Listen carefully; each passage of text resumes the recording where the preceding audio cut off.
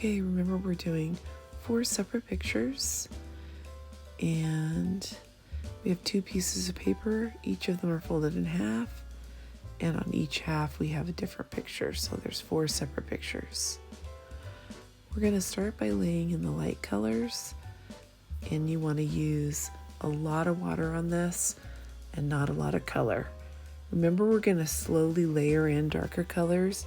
The worst thing you can do in a watercolor is go too dark too quick.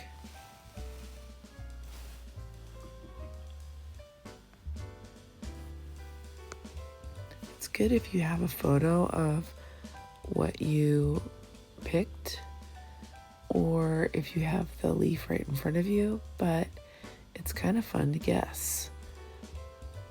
I like to guess a little bit. Or you can even use a reference photo of a different leaf and use the leaf that you've drawn, but kind of look at how somebody did a watercolor of a different leaf. Keep in mind that many of your leaves, the veins in the leaf, are lighter in color than the actual leaf. So you want to leave those areas white when you start. So they're super light, and then when you start layering in your darker colors, those little light areas might start showing up. So I'm going to demo that.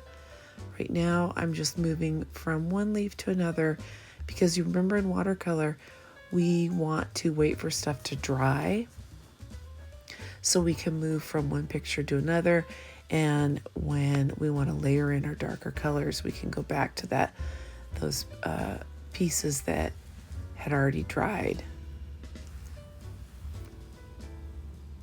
Have fun with it. Remember, there's not really a wrong way of doing watercolor unless you're going too dark too quick. So use a lot of water and you're going to be fine. I should have probably had a paper towel on this just to have it stand by. Paper towels are nice because we can pull color with paper towels. We can blot our brush, and I should have had some clean water sitting here also. I'm starting to add a little bit of yellow. Remember, this is an organic object, meaning it's alive. So you can kind of go a little bananas with the color and have fun with it. If you don't like what you've done, grab another piece of paper, start over. Maybe you even want to just make this your practice run.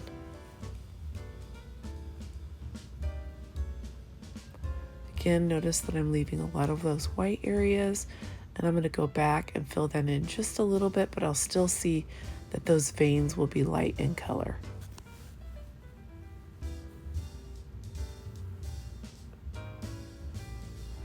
Up on my right, you'll see the block prints kind of standing by.